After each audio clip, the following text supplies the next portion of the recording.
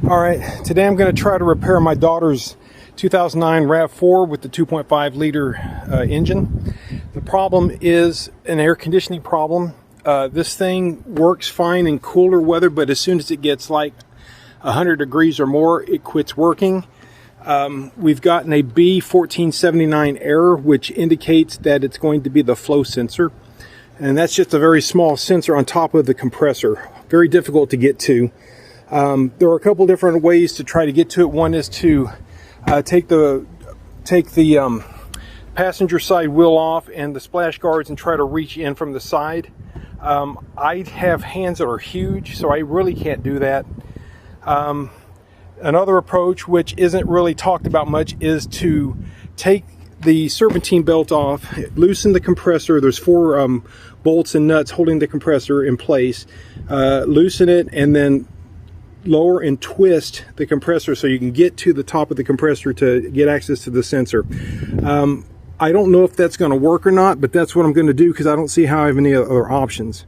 Another thing that could be done is if you can't get to it at all, you can leave the old sensor in place. If you can disconnect the connector going to it, then get the new sensor and zip tie it to the cold line going to the compressor. So this, what I'm talking about is this line right there. See that curved line? That one's going into the compressor. That's where you would zip tie that sensor to, and then that would work just as well apparently. So those are my options. Let me get started. Okay, so I'm looking from underneath the car. There is the connector right there where my finger is. That's the one I need to disconnect. That's the sensor that is C-clipped. There's a C-clip keeping that connector in place on a recessed area of the compressor, and I can barely touch it with my fingers, so I need to try to use a tool to release the connector and pull it off. That's the first step. I think if I do that, then I'm just going to zip tie the new one to the line and be done with it. Otherwise, this might be hours of work. So let me see if I can get that unplugged. I'll use I don't know, 90-degree pliers or something to try to press that connector release and pull the wire out, pull by the wires to get the connector to come out. But if you do that, be careful not to break the wires. All right, let me see if I can do it. Okay, I got the connector unplugged. There it is. Well, how I did it was I used this old cable from one of the lawnmowers. It had this, I don't know, piece on it that had a hook on it, so I used that hook to grab around the harness. Then I took a long screwdriver, one that I could get onto the connector and also onto the frame of the car, and I used the frame as a fulcrum. So I pulled on the screwdriver against the frame, and that pushed down on the release tab, and while gently pulling with this, it came undone. So that was tough. Took me a couple of ideas. I tried it a couple different ways, and that one's the one that worked the easiest, or worked actually. So now I'm gonna get the new, let me get underneath the car, I guess. I'm gonna get the new sensor, and we'll plug it into that harness there. And I'm gonna zip tie it to, I think ideally I would want to zip tie it to that one because it's closest to where the sensor is, but I'm going to try it here. I think it'll work here as well.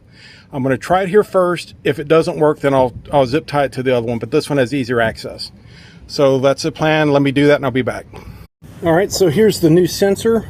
Bought this on Amazon for the cheapest I could find, and it was $15. So that's another reason why if I attach it to the one of the AC lines, that it's not going to be as hard to replace. So if this one is junk, like it only lasts, a month or something, then it'll be easier to replace. It also came with a C-clip, and that's what normally you would use to attach this, to secure this against the compressor, but not going to be needed for this particular approach. And so I've got a zip tie. First thing I'll do is I'll plug this into the harness, and then I'll zip tie it against the line, making sure that this circular piece is physically touching the line. Okay, on the flat side, there's a rib side and a flat side. You want the flat side touching it, and that should be it. That should fix it. Let me get that done, and then I will be back. Okay, here I am. I've got the zip tie around the pipe that I'm wanting to secure the sensor to, and I've got the sensor plugged in to the harness, just dangling here. So to get this on here, I could not get my hands anywhere near that pipe. There's just no room.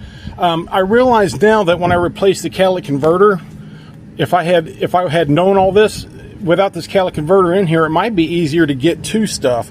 I might have been able to reach the sensor without this in. Probably not, but that was just a thought I had, because, you know, without this big chunk of metal here, there's a lot more room. Anyway, so to get this zip tie on, go to the top, find this pipe coming down, and it's the uppermost AC line. You can easily get to it from the top. Just zip it around, you know, loop it around there, and then just drop it down. That's what I did. Now I should be able to get this in there and secured. I'll be back. Well, my first try was a failure. I had to cut the zip tie free because it wiggled out and I couldn't get it back under it. So I cut that one. Got a new zip tie, but this time I'm going to tape it in place. So I'm not having to fight, you know, it wiggling around on me, trying to reach in between an area where there's no area, no volume, and my hands are bigger than that. So I'm going to try taping it in place first and then coming back with the zip tie. Be back in a minute. All right, well, there you have it. The electrical tape I used kept it in place until I was able to get this secured, and then I removed the electrical tape. You could probably leave it on there if you wanted to. Anyway, so that's not on there super tight. Let's see if I can show you without blocking the image. See, that's on there, and hopefully that's good enough. The important thing is that flat part is touching the metal. So I'm going to see if this one works in that position. If it does, we're done. If not, then I'm going to have to figure out how I'm going to get it onto that other pipe. Oh my goodness. All right, I'll be back. Okay, I'm in the car. AC's on, and it's blowing cold. So far, so good. This doesn't mean it's fixed, though, because the problem happened when it got hot. I mean, it's hot outside now. Let's see, do I have a temperature gauge? 104 degrees.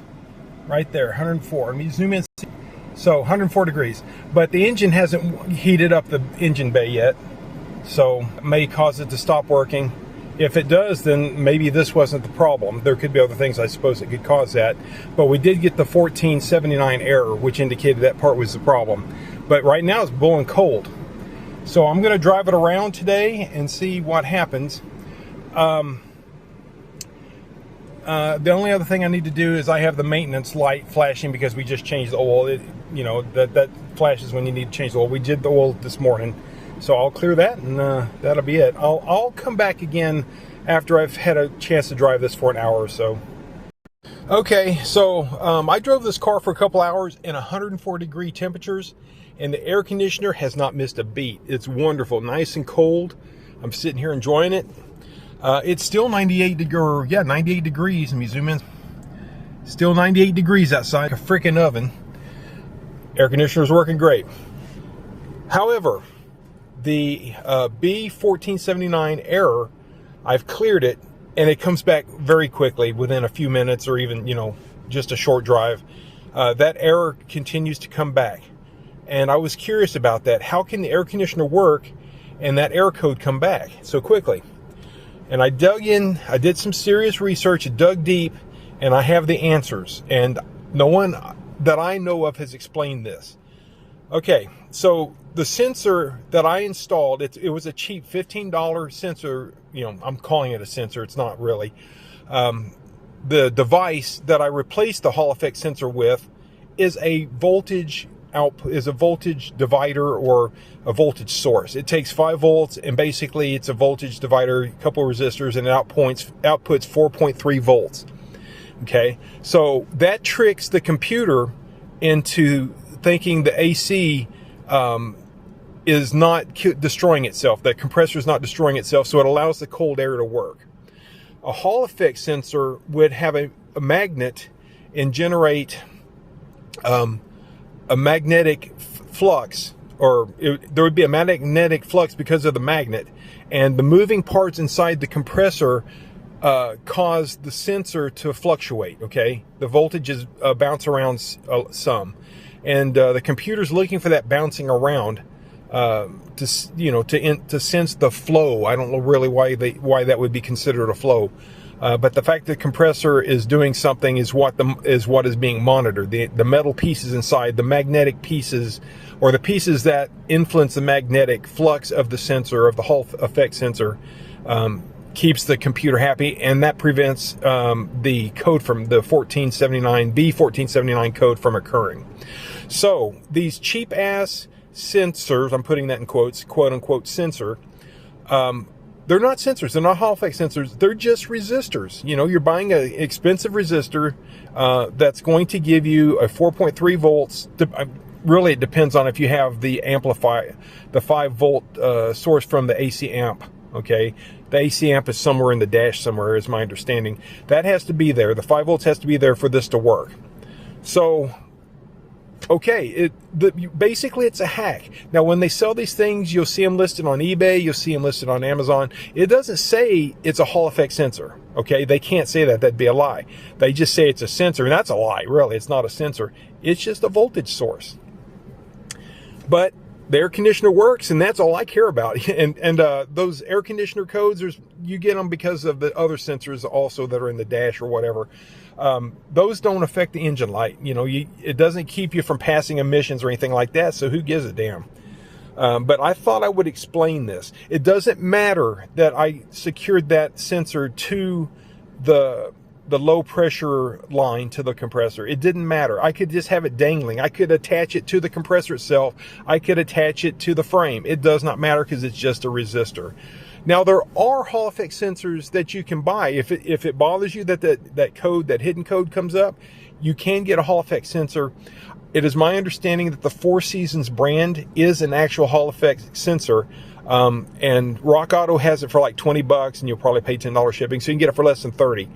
But you have to install that in the proper location on the compressor. You have to remove the old sensor, take the C-clip and install the new sensor and secure with the C-clip. It's got to be done exactly like that because it is expecting or I should say the car computer is expecting a certain signal, and that's the only way you're going to get the proper signal.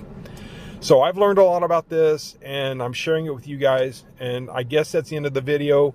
AC is working great. I'm happy. My wife's happy, and I hope my daughter's going to be happy, and I hope this lasts. One thing I will say, if there is a problem with it, the resistor is cheap, you know, $15 to $25, and it's going to be easy to replace this time because it's right there, you know, right out in the open.